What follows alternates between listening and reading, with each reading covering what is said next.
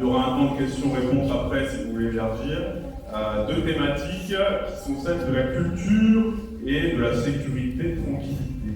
Deux thématiques que nous avons choisi de mettre en regard parce que nous estimons qu'investir dans la première permet de moins investir dans la seconde et que la première permet de créer de la cohésion, du vivre ensemble, ce qui permet d'avoir un peu moins besoin de policiers avec eux.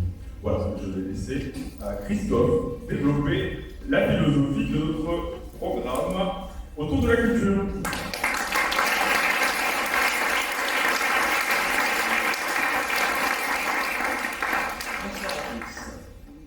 Tout candidat à une élection municipale doit se soucier de répondre aux questions du logement, du transport, de la sécurité, du taux d'imposition. Ces éléments sont essentiels car ils déterminent la qualité de vie des habitants et c'est aussi ce qui la fait fonctionner. Mais une ville ne doit pas simplement fonctionner. Une ville doit aussi faire grandir nos enfants, faire grandir les liens entre nous, faire grandir la curiosité, l'intelligence, la sensibilité, et cela, c'est le rôle de la culture. Encore faut-il définir ce qu'est la culture. Elle est plurielle.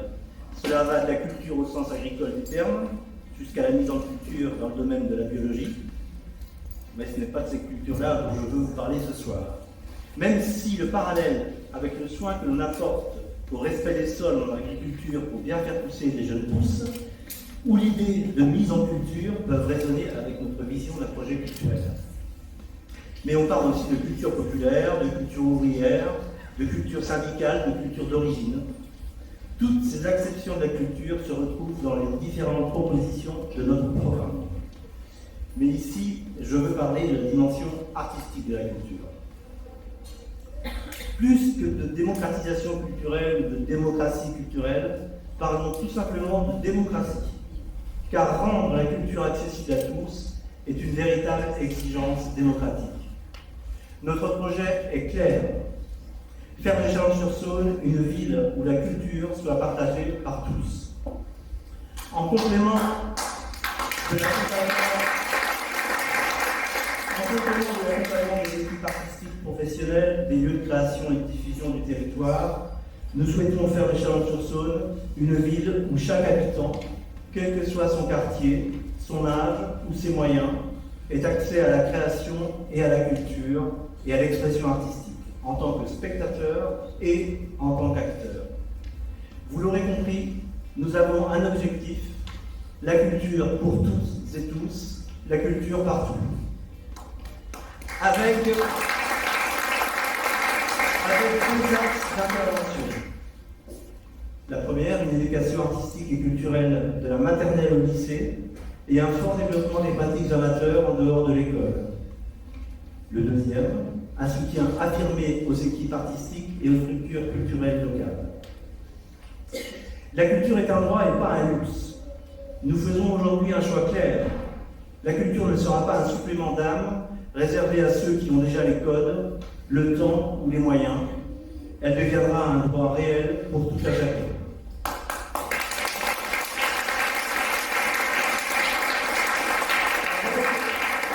Avec comme axe central et structurant une éducation artistique et culturelle pour 100% des enfants, de la maternelle au lycée, car l'éducation artistique et culturelle est au cœur de l'enjeu démocratique.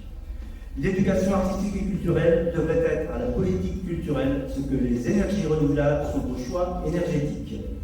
Une politique de développement culturel durable.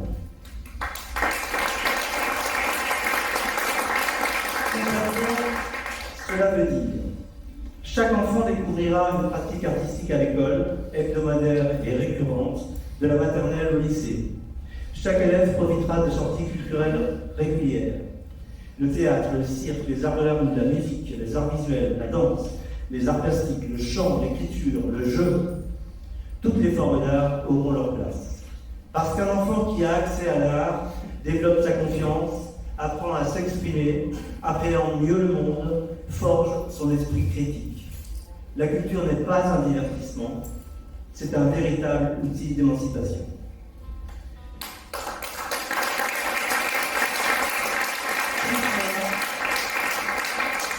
Nous travaillerons main dans la main avec les écoles primaires, les collèges, les lycées, l'Espace des Arts, le CNAREP, le Centre national des arts de la rue et de l'espace public, le Conservatoire, le musée de Nom, le musée Nietz, la Méandre, les compagnies du territoire. La ville prendra toute sa part pour que les projets culturels ne reposent plus seulement sur la bonne volonté des acteurs culturels et éducatifs, mais sur une politique publique structurée, stable et durable. Pour cela, nous voulons donner à la culture une vraie place dans l'organisation de la collectivité. Une politique culturelle ne peut pas reposer uniquement sur des idées ou des événements ponctuels. Si nous voulons que la culture transforme réellement la vie de nos enfants et de notre ville, elle doit être structurée, portée et assumée politiquement. C'est pourquoi, dès notre prise de fonction, nous prendrons 3 décisions fortes. Dès le début du mandat, nous finaliserons un projet culturel pour la collectivité, phasé sur la durée du mandat. Pour mener ce travail, nous mettrons en place un conseil citoyen de la culture avec les structures culturelles, les compagnies du territoire, les équipes éducatives et les habitants. Il définira clairement nos priorités autour de l'éducation artistique et culturelle pour tous, pour une pratique amateur exigeante, soutenue et facilitée, un accès favorisé aux programmations culturelles via la création d'un pass culture municipal à destination des élèves et jeunes actifs à faible revenu. Le rôle de chaque partenaire sera défini par une charte culturelle que nous inviterons toutes les structures culturelles à signer. Elle affirmera des engagements communs, accès de tous les enfants à la culture, présence d'artistes sur le territoire avec des actions dans tous les quartiers, coopération plutôt que concurrence et culture comme facteur de lien social. Ce sera un véritable pacte culturel local. Et surtout, ce projet culturel sera présenté et fera l'objet d'un débat et d'un vote au conseil municipal. Il précisera que la ville signera, dès le vote du conseil municipal acquis, la charte nationale pour l'éducation artistique et culturelle et enclenchera, sur la durée du mandat, le processus d'obtention du label 100% éducation artistique et culturelle qui est porté par le Haut Conseil à l'EAC. Cela signifie une chose essentielle. La culture deviendra une politique déterminante de la collectivité, au même titre que le logement, le transport, l'éducation, l'écologie ou la solidarité.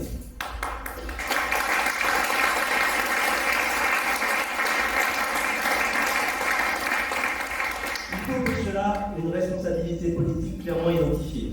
Nous créerons une véritable délégation spécifique à la culture, à contrario d'aujourd'hui, où elle est sous un grand chapeau de délégation à l'attractivité du territoire. La culture ne sera plus un sujet secondaire ou dispersé. Un élu clairement identifié en aura la responsabilité, rendra compte des avancées du projet culturel devant le Conseil citoyen de la culture et le Conseil municipal. Une politique publique sans responsabilité claire, ce sont souvent des bonnes idées qui s'envolent. Nous voulons qu'elles se réalisent et qu'elles soient durables. Nous mettrons en place une véritable direction de la culture, en créant un poste de directeur ou directrice de la culture, qui sera en charge de coordonner les actions culturelles sur la ville, travailler avec les écoles et les établissements scolaires, accompagner les structures culturelles, suivre la mise en œuvre du projet culturel et le suivi de la charte culturelle, veiller à ce que tous les quartiers bénéficient de cette politique. Autrement dit, nous passerons d'initiatives dispersées à une politique cohérente, suivie et durable. Le deuxième axe d'intervention, après l'éducation artistique et culturelle, soutenir celles et ceux qui font déjà vivre la culture à Chalon. Nous avons une chance immense. Notre ville possède des structures culturelles, des artistes, des lieux, des équipes qui font un travail remarquable. Nous renforcerons le soutien à toutes les structures culturelles locales et notamment au Centre national des arts de la rue et de l'espace public, le CNAREP. C'est une richesse exceptionnelle d'avoir un CNAREP à Chalon.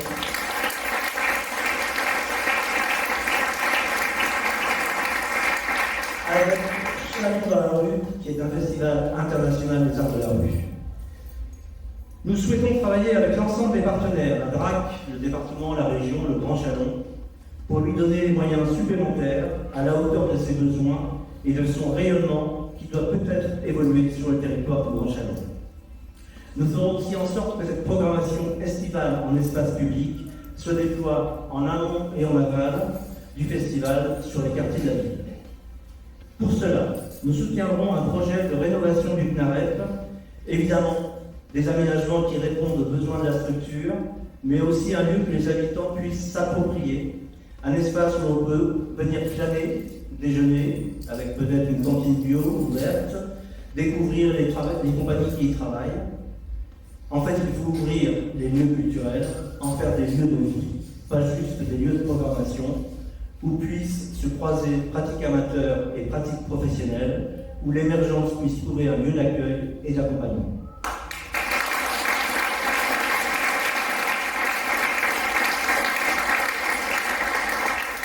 J'ai mis un accent particulier sur le CNAREP parce que c'est une des structures, même si ça paraît contre-intuitif, la plus en fragilité aujourd'hui. Mais aussi parce que l'art qui sort des murs, l'art dans l'espace public, l'art accessible à tous, c'est exactement la culture que nous voulons. Vivante, populaire, exigeante et partagée.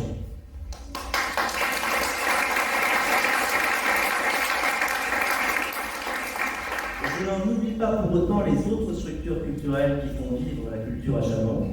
Nous aurons besoin d'un état des lieux précis des besoins. Le Conseil citoyen de la culture nous permettra de poser les choses et notre politique forte sur l'éducation artistique et culturelle sera un vecteur de soutien à l'ensemble des structures culturelles de la collectivité par leur nécessaire participation à sa mise en œuvre. Je n'oublie pas non plus le tiers-lieu de la Méandre, dont nous soutiendrons la pérennisation tout en lui laissant cette autonomie qui lui donne sa totale liberté.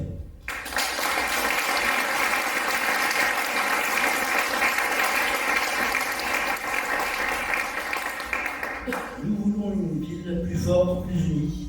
Investir dans la culture, ce n'est pas dépenser juste pour de l'image, c'est investir dans la réussite éducative, dans la cohésion sociale, dans l'attractivité de la ville, dans la fierté d'habiter ici. Une ville où les enfants rencontrent l'art est une ville moins violente, plus créative, plus solidaire.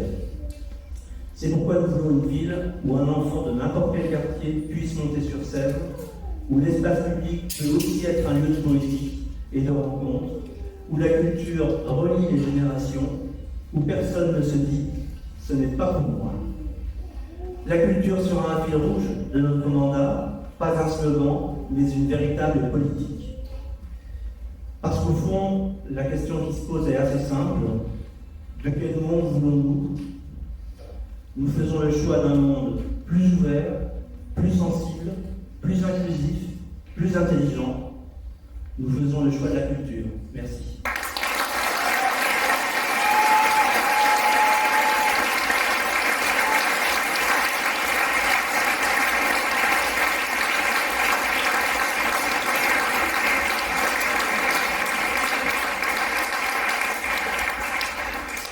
Merci Christophe pour cet exposé qui présente bien la philosophie générale de notre programme sur le volet culturel.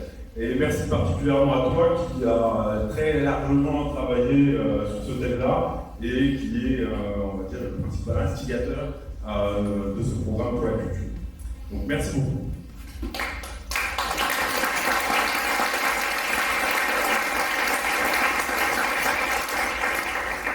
Donc Christophe a parlé des pratiques, moi je vais vous parler des lieux de la culture. La culture, elle se vit à travers des lieux qu'on identifie bien dans notre ville.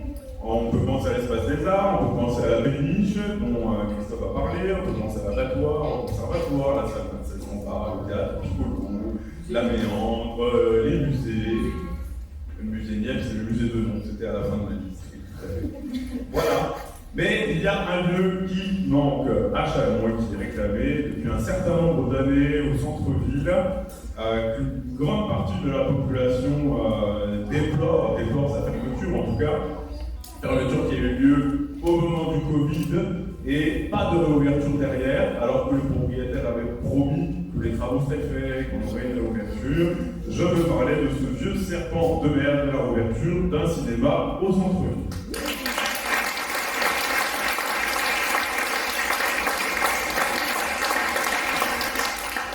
Nous prendrons l'initiative de rouvrir un cinéma au centre-ville de Châlons, un cinéma qui fonctionnera en gestion associative, ce qui lui conférera une réelle autonomie dans sa programmation. Il n'est pas question que ce soit le maire du conseil municipal qui décide des films qu'on va passer dans le cinéma municipal.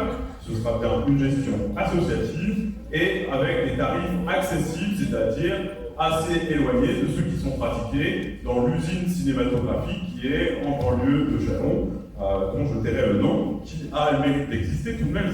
On a quand même une salle de cinéma à Châlons, mais ça n'a quand même pas le même charme que nos vieux cinémas de centre-ville.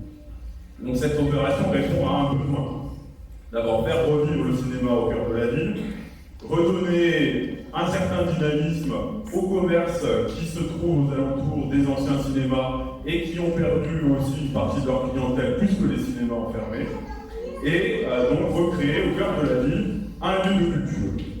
On y mettra les moyens qu'il faudra, mais c'est une promesse ici que l'on tiendra, et évidemment comme les autres, la réouverture d'un cinéma au centre. C'est un engagement ferme que nous prenons.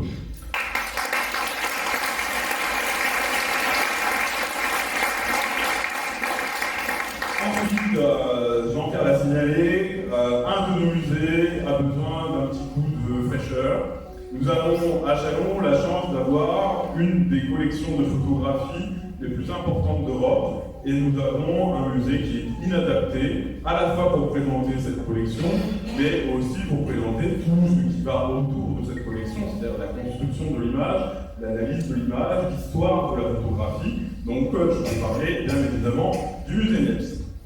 Le maire actuel souhaite le déplacer, enclencher une étude pour le déplacer sur l'île Saint-Laurent, sur le site de l'ancien hôpital. Bon, on s'est un petit peu renseigné auprès de quelques acteurs concernés qui nous disent que ça paraît assez inadapté, que le bâtiment de l'ancien hôpital ne conviendrait pas forcément mieux que le bâtiment actuel qui se trouve sur les quais de Chalon-sur-Saône.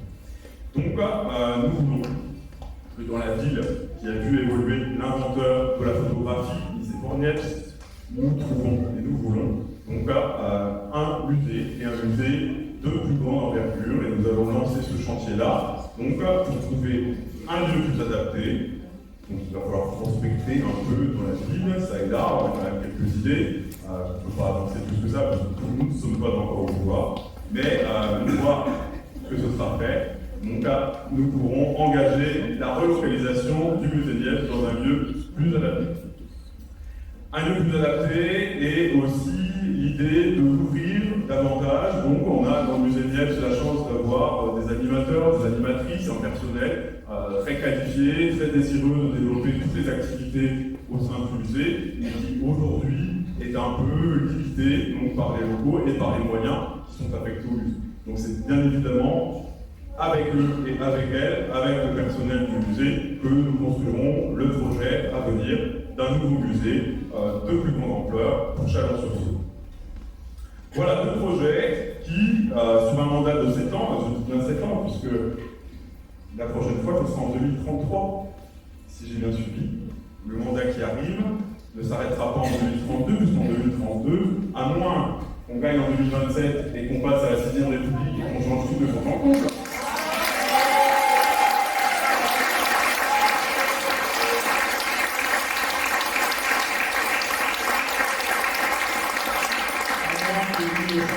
Pour l'année prochaine, il y aura des élections présidentielles en 2032, donc il paraît peu probable que des municipales aient lieu en même temps. Donc le mandat qui vient sera un mandat de 7 ans. Donc nous prenons ces engagements-là pour le mandat qui vient, un mandat de 7 ans. Et j'en profite, je fais une petite parenthèse, 7 ans c'est énorme. septennat municipal, ce qui veut dire que le maire qui sera élu, comme dans toutes les autres communes, le ou la maire, et espérons que ce ne soit pas une maire, parce que sinon on est mal barré, et qu'une candidate, c'est des générales. Donc le maire qui sera élu aura à voter pour les sénatoriales 2 fois, et aura à donner son parrainage pour les présidentielles 2 fois. Voilà. Il faut aussi envisager cette dimension-là en dehors de la commune, en dehors du local, voir la dimension nationale, et le maire qui sera élu aura vraiment un rôle extrêmement important, comme tous ses collègues de France. Voilà, je reviens au sujet, parenthèse fermée. Nous nous engageons également, dans les lieux de la culture, à mettre en place une ludothèque qui permette à celles qui existent vers les quais, rue de la Providence, de développer ses activités et son fonds. Nous avons à Chalon une ludothèque, il y a quand même beaucoup d'habitants qui ne le savent pas, donc il faudrait déjà en faire un peu plus la publicité, et bien évidemment trouver un lieu tout adapté. Nous pensons que le jeu doit avoir toute sa place dans notre programme culturel, comme une pratique à part entière, et qui peut se décliner dans bien des domaines. Les études en neurosciences ont montré que l'apprentissage par le jeu est un bon stimulateur, d'abord de l'envie d'apprendre, puis de la mémoire liée à cet intérêt pour l'activité ludique. Nous trouverons donc un lieu plus adapté pour la ludothèque. Nous investirons dans un fonds de jeu qui pourra être mis à disposition des écoles de la ville et de toute structure qui en ferait la demande. Nous recruterons aussi dans nos maisons de quartier des animateurs et animatrices qui pourront travailler étroitement avec la bibliothèque de Chalon pour proposer des activités aux jeunes de Chalon, et aux moins jeunes aussi, selon ce qu'ils voudront, car il s'agira bien évidemment pour les jeunes comme les moins jeunes de les écouter davantage qu'ils ne le sont actuellement, comme nous l'avons indiqué lors de notre dernière réunion qui concernait le sujet de la démocratie. Et sur ce sujet-là de la ludothèque et du jeu, je voudrais remercier Gilles qui est au premier rang, qui a pensé cet aspect-là, puisque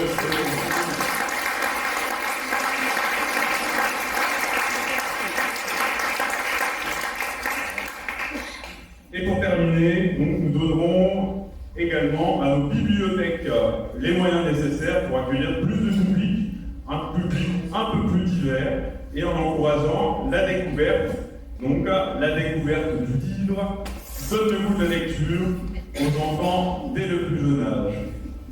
Un projet 100% éducation artistique et culturelle passe aussi par apprendre à avoir du plaisir à lire, à découvrir par soi-même et à s'évader par les mots et avec nous. Nous reverrons donc avec les agents concernés les horaires des bibliothèques. Nous envisagerons la mise en place d'un bibliobus pour faciliter le trajet entre le livre et son lecteur ou sa lectrice, car l'accessibilité sera toujours au cœur de notre réflexion sur chacun des points de notre programme.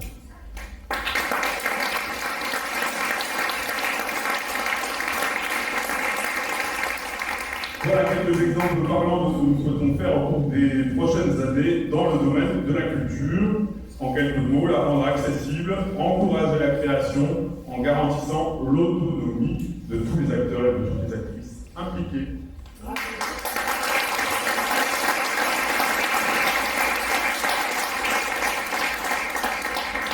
On passe au second thème désormais. Donc nous avons souhaité mettre en avant la culture et la tranquillité publique et la sécurité ensemble ce soir, car nous avons la conviction qu'une société où on se parle, comme je le disais tout à l'heure, une société où on crée ensemble, une société où on joue ensemble, est une société plus saine, où chacun peut s'épanouir. Cet épanouissement est une des garanties de la tranquillité publique. La culture crée des rencontres qui rendent le besoin de sécurité bien moins prégnant. Pourquoi devenir délinquant quand tout va bien dans sa vie? Quand on amène de la culture, de la cohésion, du vivre ensemble, on se rencontre, on se parle, on apprend à se connaître et à s'accepter, pourquoi basculer du mauvais côté de la force? Donc ça, voilà. Nous commencerons par un sujet qui est revenu souvent dans nos premiers discours, dans les rencontres précédentes, le souci d'agir et d'agir de manière égale pour toutes et tous. Ça fait partie de la tranquillité publique.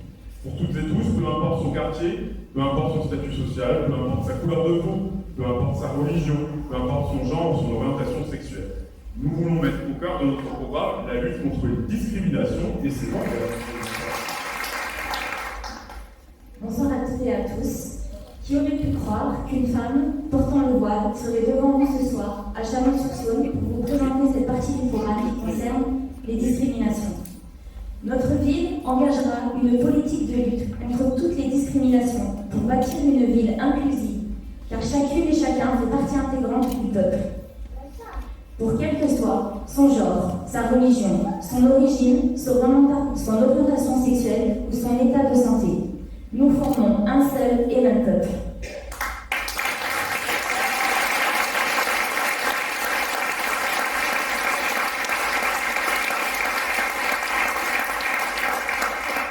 Notre manifestation du 31 janvier contre l'islamophobie a été un bel exemple de rassemblement citoyen. Commençons par le premier point du programme.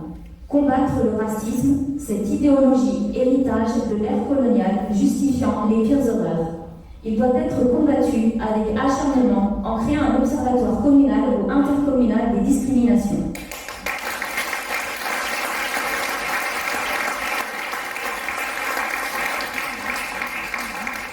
Supprimer toutes les mesures discriminantes prises par la municipalité actuelle et il y a quoi faire.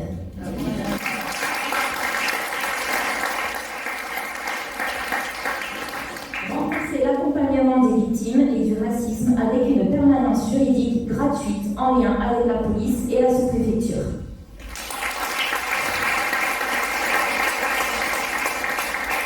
Constituer le maire en partie civile lors de tout dépôt de plainte à ce sujet.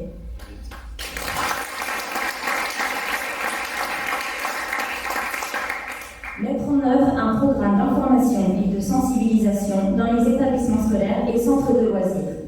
Mieux accueillir les gens du voyage et travailleurs itinérants, notamment en luttant contre la ségrégation scolaire, pour que chaque enfant ait les mêmes chances de réussir, méritant les mêmes opportunités sans distinction d'origine ou d'adresse.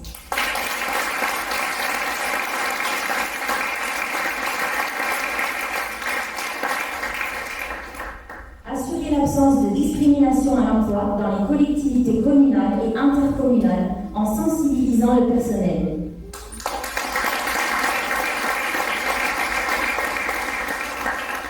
Et bien entendu, soutenir financièrement les associations de lutte contre les discriminations.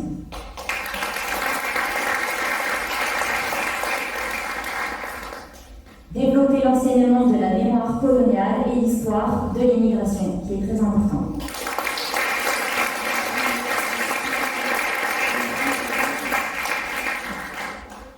Autre point, lutter contre les oppressions que subissent les femmes ainsi que les personnes LGBT.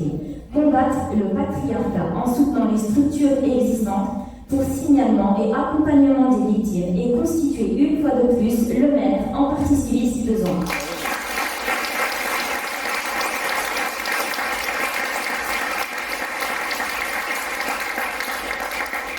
Favoriser l'intervention d'associations engagées dans les écoles pour l'égalité, former les agents de la collectivité à ces problèmes et soutenir la mise en place d'un référent au sein des postes de police municipaux.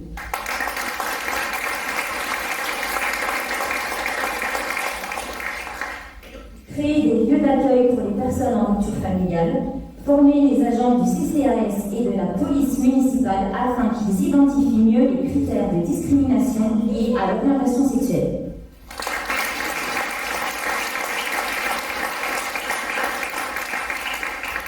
Soutenir toute manifestation contre les discriminations en collaboration avec les associations locales. Et troisième point, mettre en place une politique spécifique de lutte contre la violence faite aux femmes. Engager le plan de lutte contre le harcèlement sexuel au travail. Soutenir les lieux d'accueil pour femmes avec ou sans enfants. Instaurer des créneaux réservés aux femmes pour l'accès aux structures publiques, comme la piscine municipale par exemple.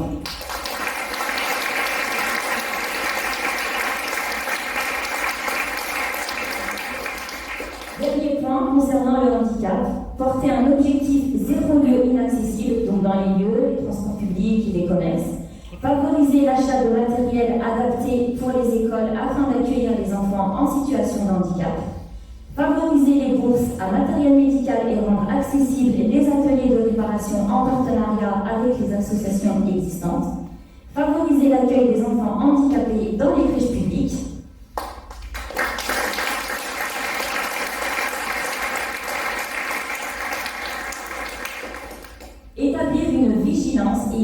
et une exigence pour l'accueil des handicaps lourds et ceux porteurs du spectre autistique. Vérifier que les obligations de la commune en matière d'emploi de personnes handicapées sont respectées. Créer des commissions locales d'accessibilité avec les associations représentantes et inciter, aider les propriétaires de locaux commerciaux à engager des travaux d'accessibilité.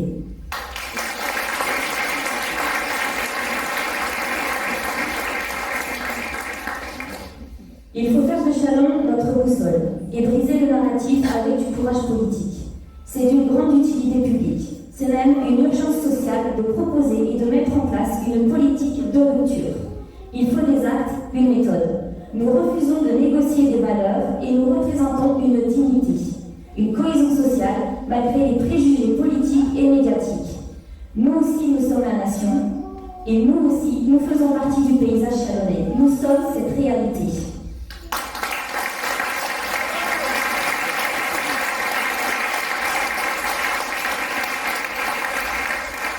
Nous sommes légitimes à prendre place dans cette société. Nous ne sommes ni un malaise, ni une menace, mais des millions de vies, de projets et des rêves. On ne s'intègre pas dans le rejet. Nous refusons que d'autres parlent de nous sans nous.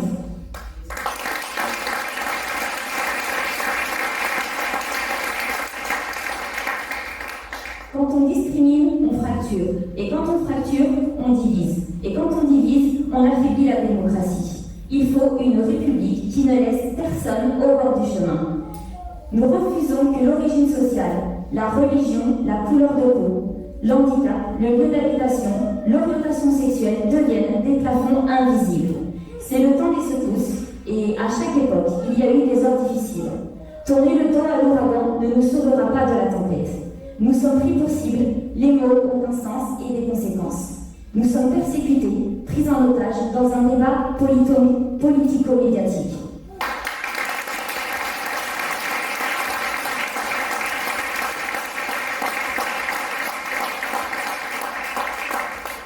Marianne, laisse-nous juste un petit peu d'espoir. Tu es dur à suivre. Un jour tu nous aimes et le lendemain tu nous fuis. Nous ne sommes pas au pays des Lumières quand on est un des citoyens. Nous ne sommes pas au pays des Lumières quand l'islamophobie ou toute autre discrimination devient politique. Quand la presse déshumanise, c'est l'espèce qu'elle déshumanise. La parole est un sport de combat. Et l'histoire ne retient jamais celui qui se tait, mais ceux qui s'élèvent. On peut être fier de notre génération. On ne reculera pas. L'unité est une nécessité politique et on va se battre ensemble.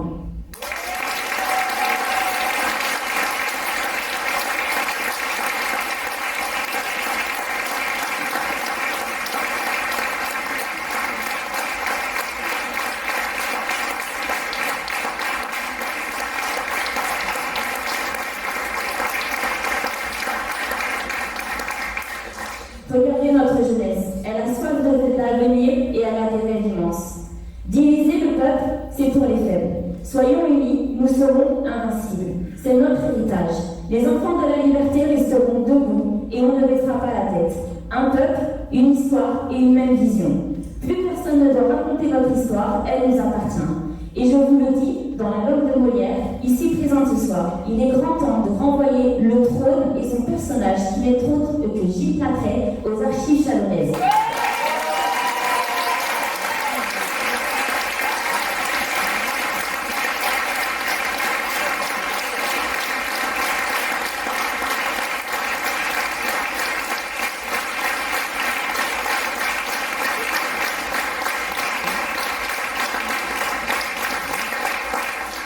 Automatiquement, on lui dira non passaran et la lutte contre le fascisme est une nécessité parce que c'est ensemble que nous faisons vivre la nation forte de son histoire, de ses valeurs, de sa diversité et de sa culture. Nous vivons des heures graves et inquiétantes. Soyons dignes et résilients face à ce mépris et à cette répression. Être affiché par l'extrême droite est apparemment un signe de santé politique.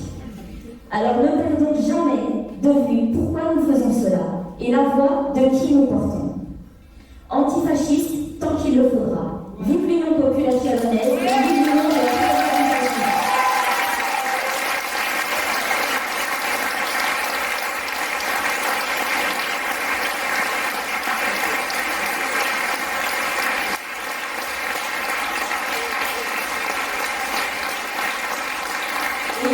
aujourd'hui, vous connaissez le fameux slogan Siamo tutti antifascisti.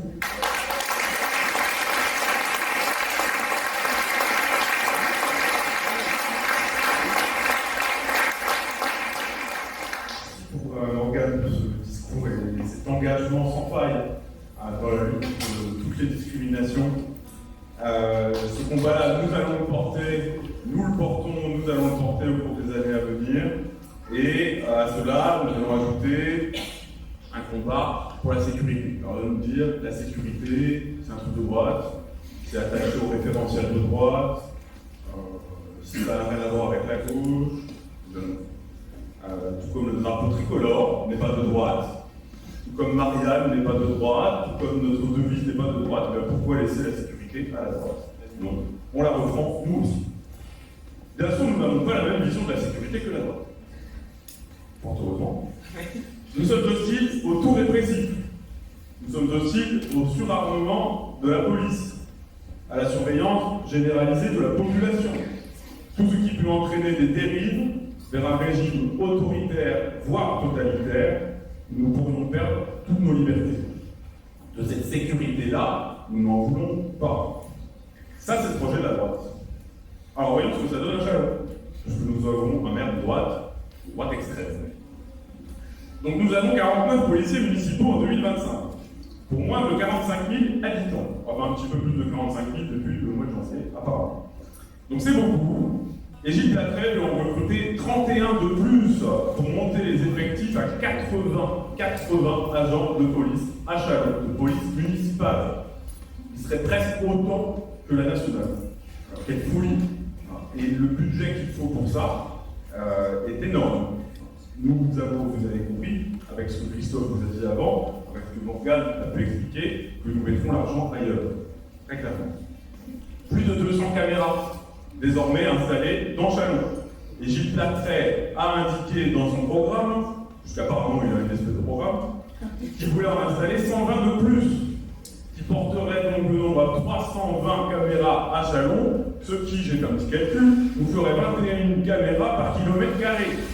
Ce qui est très important, et là aussi un coût excessif qu'il estime lui à 250 000 € par an. Il veut investir 250 000 € par an dans l'installation de caméras dans les années à venir, alors que nos écoles sont en train de s'écrouler. C'est gabegie et c'est de la folie ultra sécuritaire. Et il nous parle maintenant d'une police montée. Voilà, il veut les chevaux maintenant. Donc ça implique des infrastructures pour les chevaux, ça implique des soins pour les chevaux, il faut acheter des chevaux, bref, voilà, ramasser le crottin, alors qu'on a déjà plein de gens qui nous disent qu'il y a des crottes de chiens partout, et maintenant il va falloir ramasser le crottin de cheval. Voilà. Donc laissez tomber, très mauvaise idée, on comprend bien l'intention, c'est de proposer quelque chose de nouveau, parce qu'il n'a plus rien de nouveau à nous proposer, il est complètement usé, il est là depuis 12 ans, il n'a rien de neuf à proposer. Et donc, nous avons fait le tour de salon, je vous l'ai expliqué tout à l'heure, des porte-à-porte, et à aucun moment on a entendu des gens nous dire on veut plus de caméras. À aucun moment on a entendu des gens nous dire on veut des chevaux. Jamais, on n'a pas entendu ça.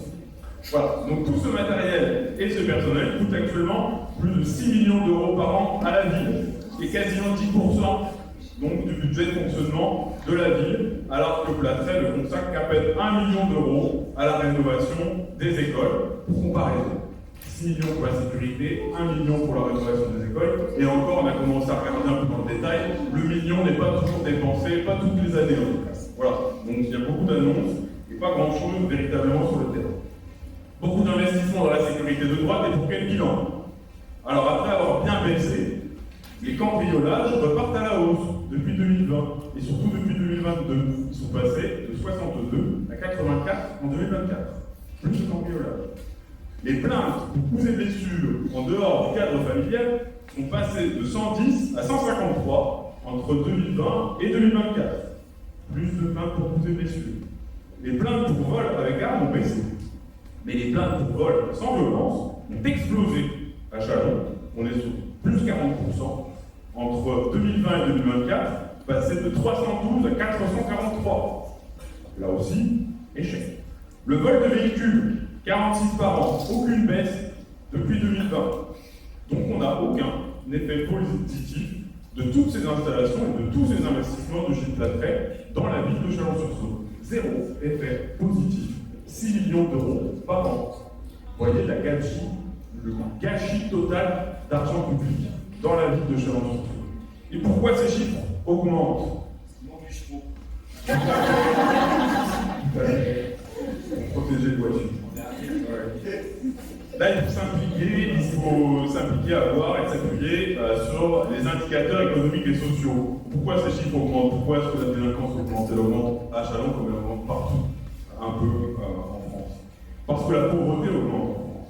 Parce que le chômage augmente en France. Parce que le nombre de jeunes déscolarisés dépasse toujours les 100 000 chaque année, et ce chiffre ne baisse pas malgré les belles promesses de notre gouvernement.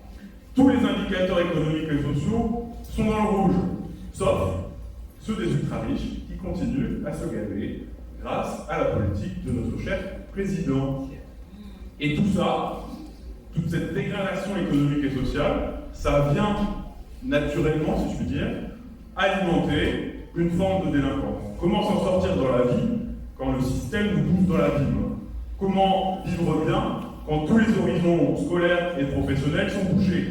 Voilà les vraies causes de l'insécurité, et on est bien loin des fantasmes de la droite et de l'extrême droite sur les étrangers, ces hordes de barbares qui nous envahissent et amènent de l'insécurité en France. Le produit de l'insécurité, c'est d'abord l'insécurité économique et l'insécurité sociale. Elles sont là.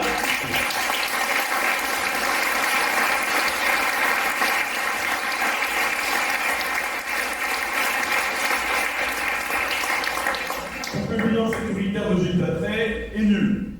Mais il y a quand même des trucs qui sont intéressants quand on va regarder encore une fois les chiffres. À quoi ont servi ces investissements? 2025, 324 PV dressés grâce aux caméras, contre 204 l'année précédente. Une augmentation de 60% pour les PV. Et voilà, les caméras de vidéoprotection, c'est comme ça qu'ils les appellent. Si vous regardez, on a mis des petites affiches, je ne sais pas trop. Nous, on appelle ça la vidéo-surveillance. Voilà. Là, la ville de Chalon vous surveille. Les caméras ne protègent pas du tout. Voilà, les caméras servent à fliquer tout le monde, à mettre des PV. C'est une politique qui est une politique bien de droite, répressive, à souhait, pour tout le monde. Alors, on ne dit pas qu'il ne faut pas lutter contre les infractions routières. Évidemment, on sait bien que certaines infractions routières sont particulièrement dangereuses. Griller un feu rouge quand il y a de la circulation, c'est un problème, on en convient.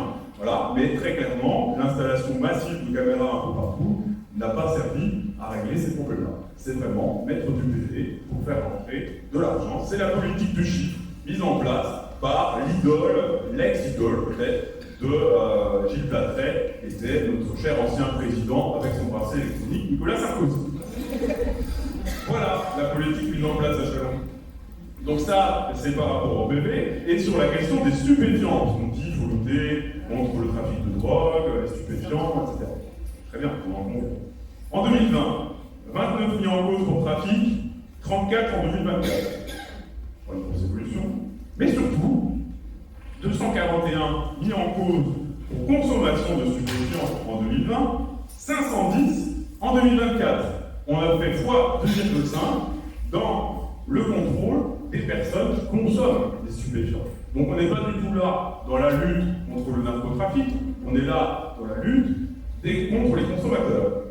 Donc la politique sécuritaire de Platret, dresser des PV et pourchasser les consommateurs de stupéfiants, voilà à quoi elle se résume globalement, s'en prendre aux petits au lieu de chasser les gros trafiquants, pénaliser le consommateur qui est souvent victime d'addiction plutôt que de l'aider à se débarrasser de son addiction. Voilà la politique de droite, la répression, la répression, la répression, toujours.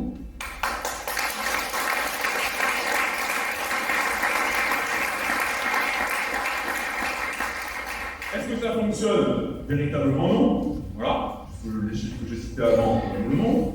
Et nous avons rencontré dans nos porte-à-porte et dans nos différentes balades de la ville de Chalon des gens qui nous disent toujours avoir peur de sortir sortir le soir, peur de sortir la nuit. Alors à quoi bon embaucher autant de policiers, mettre des caméras partout, si certaines personnes nous disent encore avoir peur de sortir dans Chalon? C'est bien la preuve qu'on a là un échec total de la politique de Gilles Platrec. Alors qu'est-ce qu'on va faire?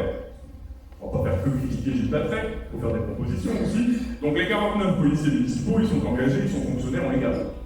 On ne vire pas les fonctionnaires, nous on est de gauche, on est attaché au statut de la fonction publique. Voilà. On espère bien que ces fonctionnaires de police accepteront d'obéir à un maire de gauche. S'ils ne le font pas, c'est donc qu'ils ne sont pas très républicains et pas très proches des idées démocratiques. Mais on va quand même compter là-dessus, sur le fait qu'ils ont un esprit civique qui dépasse leurs convictions personnelles, puisque pour en connaître quelques-uns qui croisés dans Chalon, heureusement qu'on croise d'ailleurs, on peut voir que voilà, c'est pas forcément de gauche aux policiers municipaux. On les garde, surtout on les redéploie. Redéployer la police municipale dans toute la ville, car ils sont essentiellement présents au centre-ville pour conforter en gros l'électorat de Gilles Platrec qui vit au centre-ville et dans d'autres quartiers. Les policiers municipaux sont là, ils se font voir, ça rassure les bonnes gens qui votent à droite, et dans les autres quartiers, quand on a besoin d'eux, ils ne sont pas là. On les appelle, ils mettent très longtemps à venir, ou ils ne viennent pas du tout. Voilà, on a fait nos porte-à-porte au Pré-Saint-Jean, des tas de gens nous ont dit, moi j'ai appelé la police municipale, ils ne sont jamais venus. Ils m'ont dit de me débrouiller, ils m'ont dit de rester chez moi, de ne pas sortir de mon immeuble, etc. etc. Voilà, donc redéploiement de la police municipale. Extension des horaires d'ouverture des postes de police.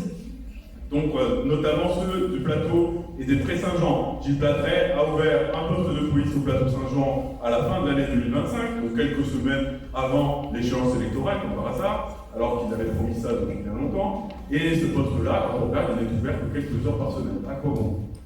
Ouvrir un poste de police, de l'ouvrir que quelques heures, et ne pas être en capacité d'accueillir la population qui a besoin de s'y rendre. Voilà, donc ouverture et extension des horaires d'ouverture des postes de police. On accentuera surtout les missions de prévention et de sensibilisation de la police municipale auprès de la population. Ce que nous voulons, c'est ce qu'on appelle une police de proximité.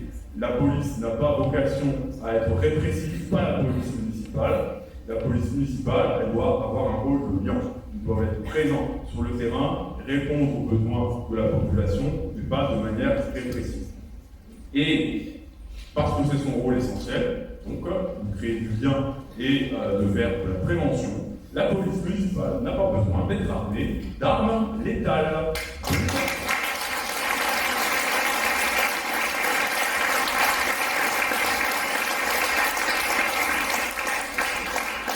Donc nous retirerons à nos policiers municipaux leurs armes létales dont ils n'ont absolument pas besoin. Quand la situation dégénère, c'est à la police nationale d'intervenir et non pas à la police municipale. Donc ça c'est un engagement que nous prenons. Nous continuerons à avoir le reste du matériel, c'est-à-dire la matraque, les gazeuses, etc. C'est déjà bien assez, peut-être même trop. Mais bon, ça paraît nécessaire dans certaines situations. Et les armes létales, c'est fini. On instaurera également un moratoire sur l'installation de caméras de surveillance. Il y en a déjà 200, je l'ai dit, il n'y en aura pas une de plus. Et ensuite, on organisera un audit. Faut-il garder les 200 ? Nous pensons que non, voilà, mais on fera quand même un audit, on consultera la population, on verra où il est nécessaire d'en conserver, a priori peut-être à l'entrée des écoles, à certains endroits qu'on peut considérer comme stratégiques, il est nécessaire de sécuriser, mais il n'est pas nécessaire d'avoir 200 caméras partout dans Chalon, surtout quand on sait que le résultat, c'est le cliquage de la population pour mettre des PV. Donc ça, on veut l'arrêter. Et donc, une police mieux répartie, une police plus accessible un peu partout et plus axée sur la prévention et la médiation. Voilà, c'est ce que nous ferons à Chalon-sur-Saône. Et ce que nous voulons dire, et c'est ce qu'aurait peut-être pu écrire finalement George Orwell, Big Platrec is watching you. Big Platrec is watching you, mais jusqu'au 15 mars. Le 15 mars, on me dit bye bye.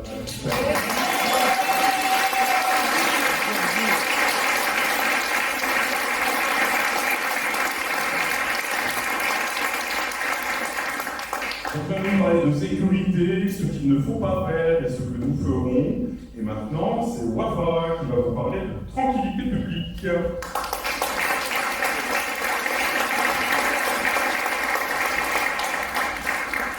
Bonsoir à tous, merci d'être présents avec nous ce soir.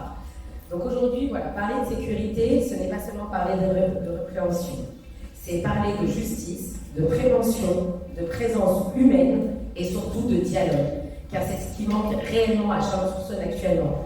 Des caméras, oui, il y en a partout. Des dialogues, il n'y en a pas du tout. Mais aussi, pour y arriver, il faut changer tout le regard sur la sécurité. Parce que nous tous ici, nous voulons vivre dans une ville qui est apaisée, respectueuse et sûre. La sécurité ne doit pas être uniquement une réponse d'urgence. Elle doit être une politique de fond, construite avec des moyens humains et adaptés. Nous proposons de renforcer la présence de médiateurs et d'éducateurs spécialisés sur le terrain. Parce que remettre l'humain au cœur de la sécurité, pour nous, on trouve que c'est important.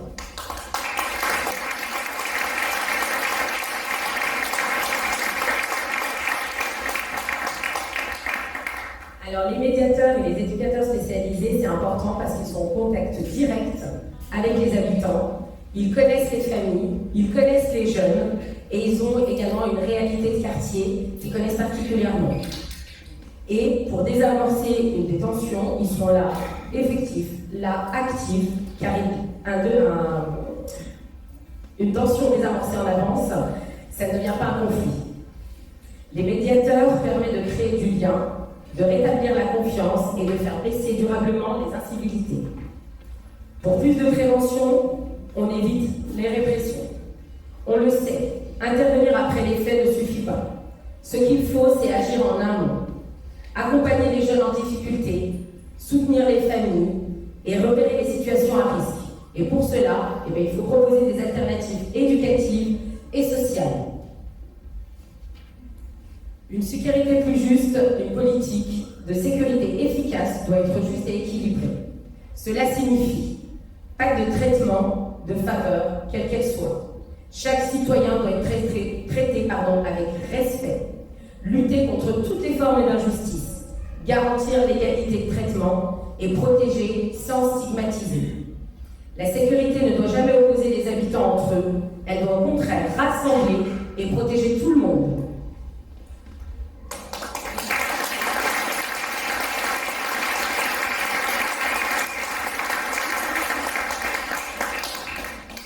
Alors pour cela, nous voulons plus de présence humaine visible, accessible et rassurante sur le terrain.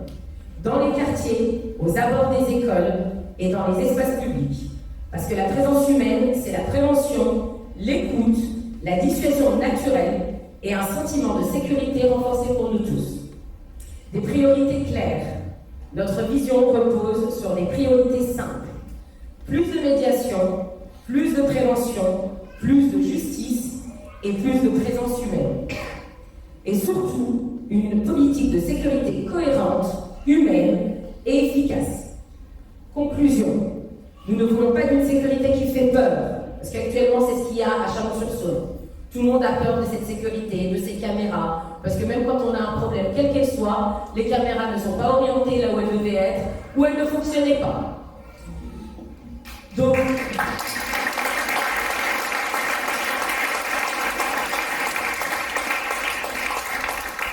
nous voulons une sécurité qui protège et qui apaise et qui rassemble.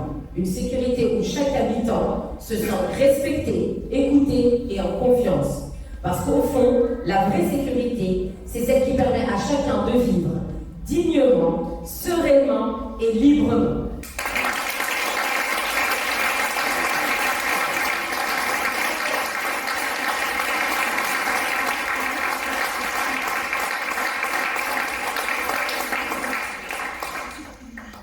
Merci Wafa pour cette présentation de ce que nous voulons faire autour de la tranquillité publique. Vous voyez, j'ai plâtré 31 postes de policiers, des chevaux, etc. Nous, on veut des médiateurs, des animateurs. On n'est pas du tout sur la même philosophie. Les moyens qu'il veut mettre dans ce domaine-là, nous les réorienterons dans la prévention, absolument. La prévention.